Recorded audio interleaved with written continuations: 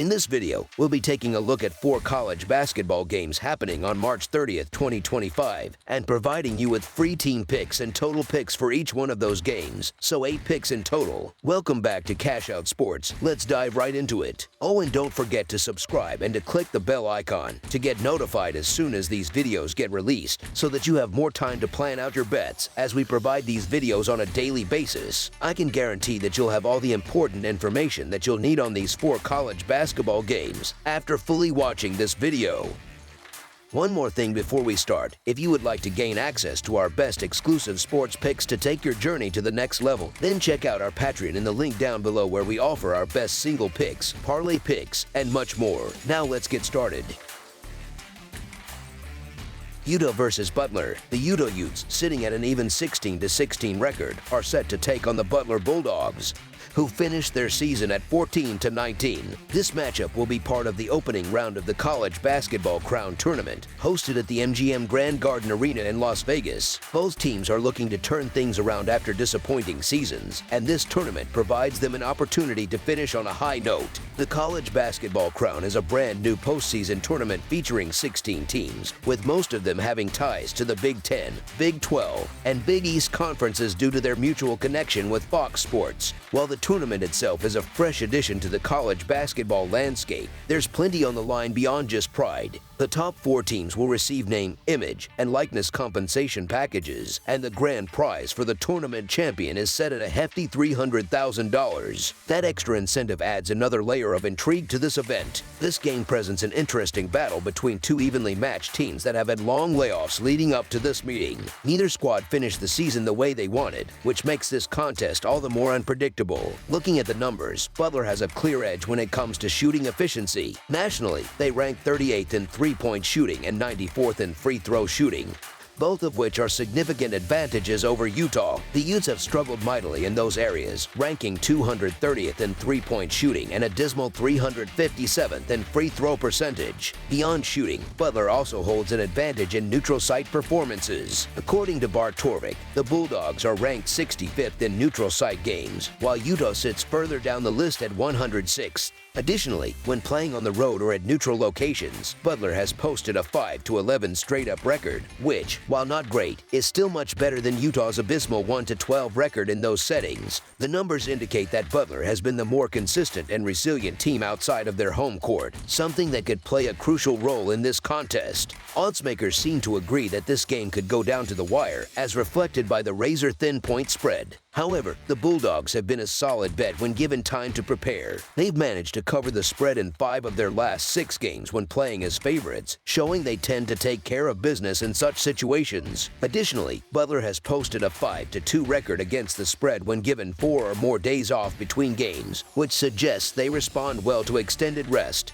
Their performance on neutral courts has been steady as well, going 3-2 against the spread in such contests. Utah, on the other hand, has struggled to deliver when the odds are stacked against them. The Utes are just 5-11 against the spread when playing as underdogs and have a 15-17 record overall in that category this season. Recent form hasn't been much better, as they've gone 2-4 against the spread in their last 6 outings. If Utah continues to struggle from long range as they did in their last game, this contest could get out of hand quickly. Butler is lethal from beyond the arc, hitting 36.6% of their three-point attempts, which places them 44th in Division I. Adding to Butler's edge is their ability to cash in at the free throw line. They convert 74.2% of their free throws, compared to Utah's dismal 63.9%, which ranks near the bottom at 357th in the nation. The Bulldogs also take better care of the ball, averaging 11.1 turnovers per game while committing just 13.5 fouls. Utah, by contrast, is more careless, giving up 12.5 turnovers and committing 18.5 fouls per contest.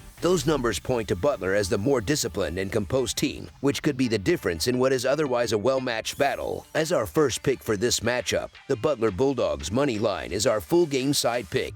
Neither Utah nor Butler has been in great scoring form down the stretch, and it's tough to see that changing in this game. The Bulldogs have been held under 80 points in 7 of their last 8 contests and have failed to hit the over in both of their tournament games so far. On the other side, Utah hasn't fared much better offensively, scoring fewer than 75 points in 7 of their last 8 outings. For the season, the Utes hold a 14-18 record when it comes to hitting the over, including a 6-10 mark when playing as underdogs. One of the biggest factors influencing this total is Butler's deliberate style of play. The Bulldogs rank among the slowest teams in the nation in terms of pace, averaging just 69.0 possessions per game. That number has dipped even further over their last 3 games, down to 67.2 possessions per contest. A slow, methodical style generally leads to lower scoring games, and that could be the case here. While both teams like to push the tempo in general, the long layoff leading up to this matchup could result in offensive rust and sloppy execution. It's also worth considering how time off can affect conditioning. In neutral site and road games this season, Butler's defense has actually stepped up, ranking 88th in defensive efficiency. Meanwhile, Utah's offense has struggled in those settings, dropping to 139th in offensive efficiency. When combining all these factors, pace, defensive strength, recent form, and potential offensive sluggishness, it's easy to see why this game could turn into a low-scoring battle. As our second pick for this matchup, under the projected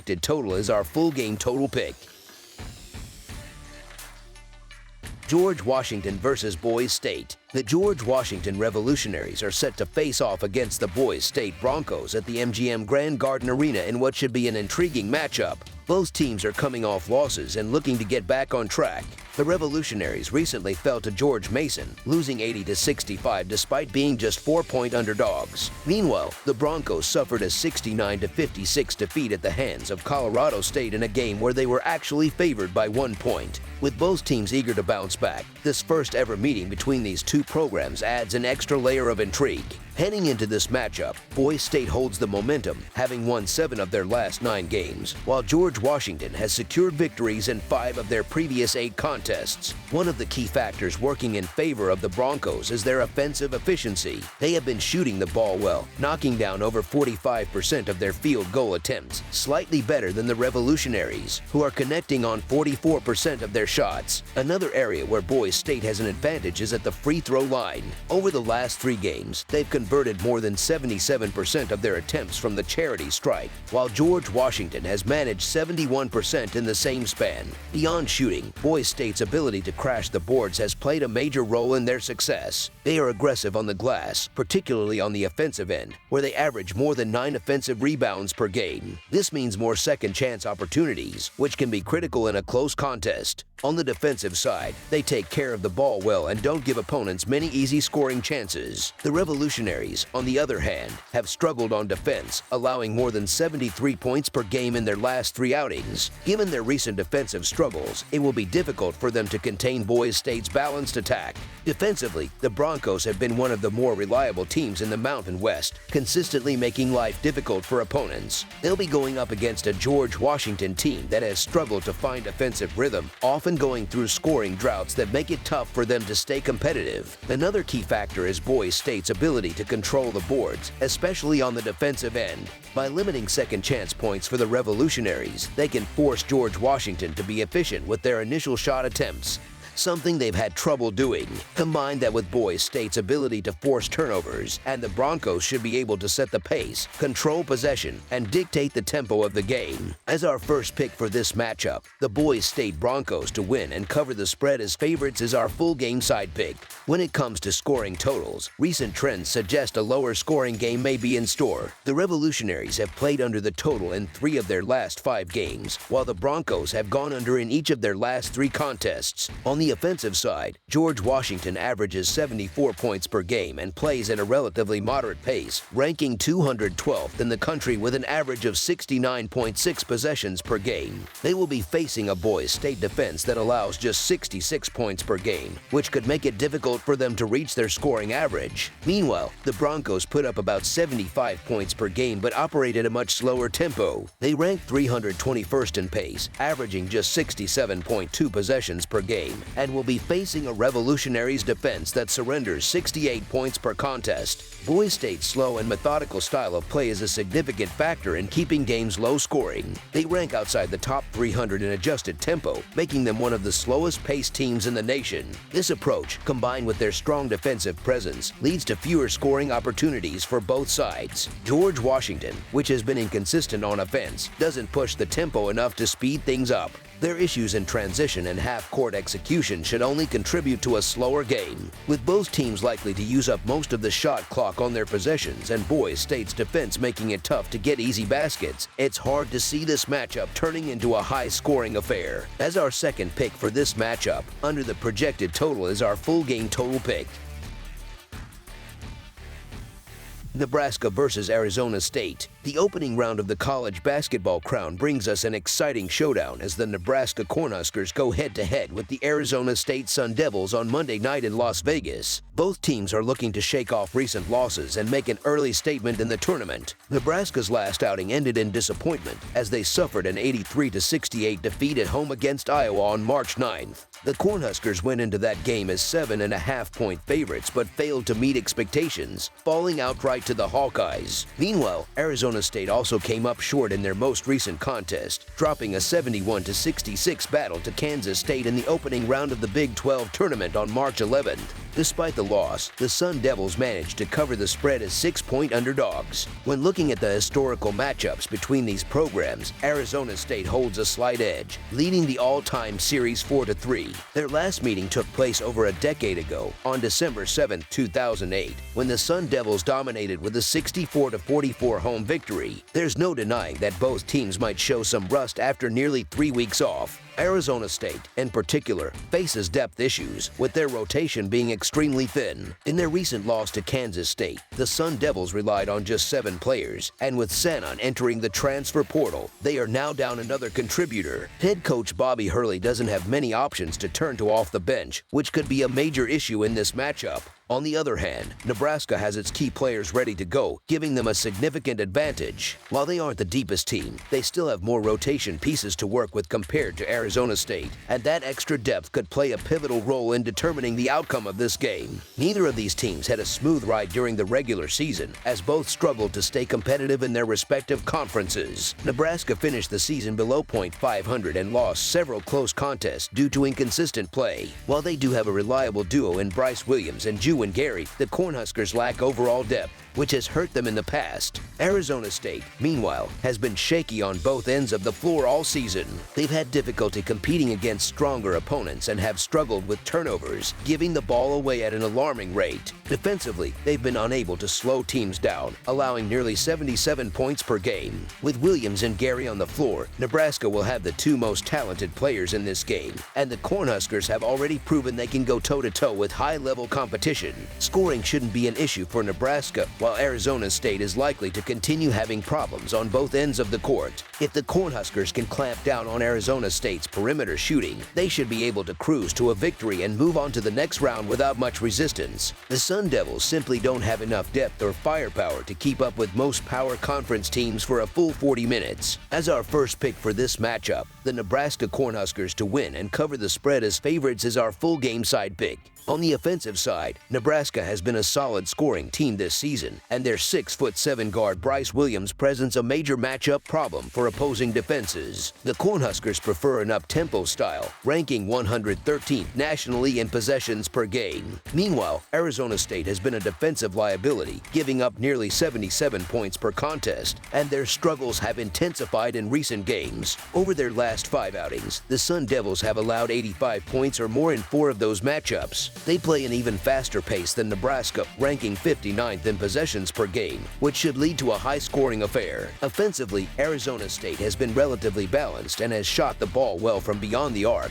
but their defensive shortcomings remain a major concern. Historically, these teams haven't faced off frequently, with just 2 previous matchups on record. The all-time series is tied at 1-1, though their last meeting was way back in 2008, making past results largely irrelevant. One thing that stands out, however, is the defensive struggles both both squads have endured this season. Arizona State has hit the game total over in 9 of its last 12 games and the team total over in 18 of its previous 31. Nebraska has also seen high-scoring affairs, surpassing the game total over in 10 of its last 17 contests. All signs point to this being a fast-paced, high-scoring showdown, with both teams pushing the tempo and capitalizing on defensive lapses. As our second pick for this matchup, over the projected total is our full game total pick.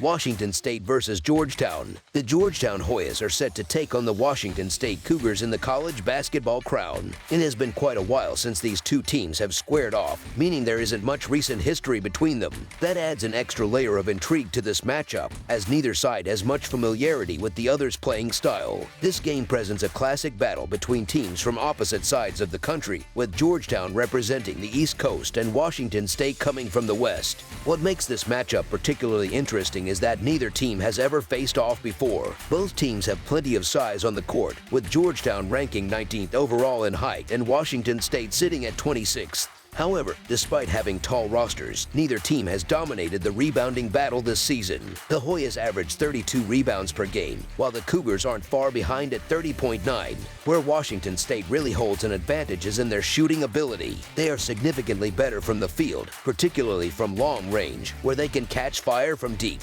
On the other hand, Georgetown struggles mightily when defending against three-pointers, and with this being more of an exhibition-style game, defenses may not be as aggressive. That situation favors a team that can light it up from beyond the arc. Adding to that, both squads are equally poor at free throw shooting, so there isn't much of an edge for either side when it comes to capitalizing on trips to the charity stripe. Washington State comes into this game known for putting up big numbers on offense, but they also tend to give up just as many points on the defensive end.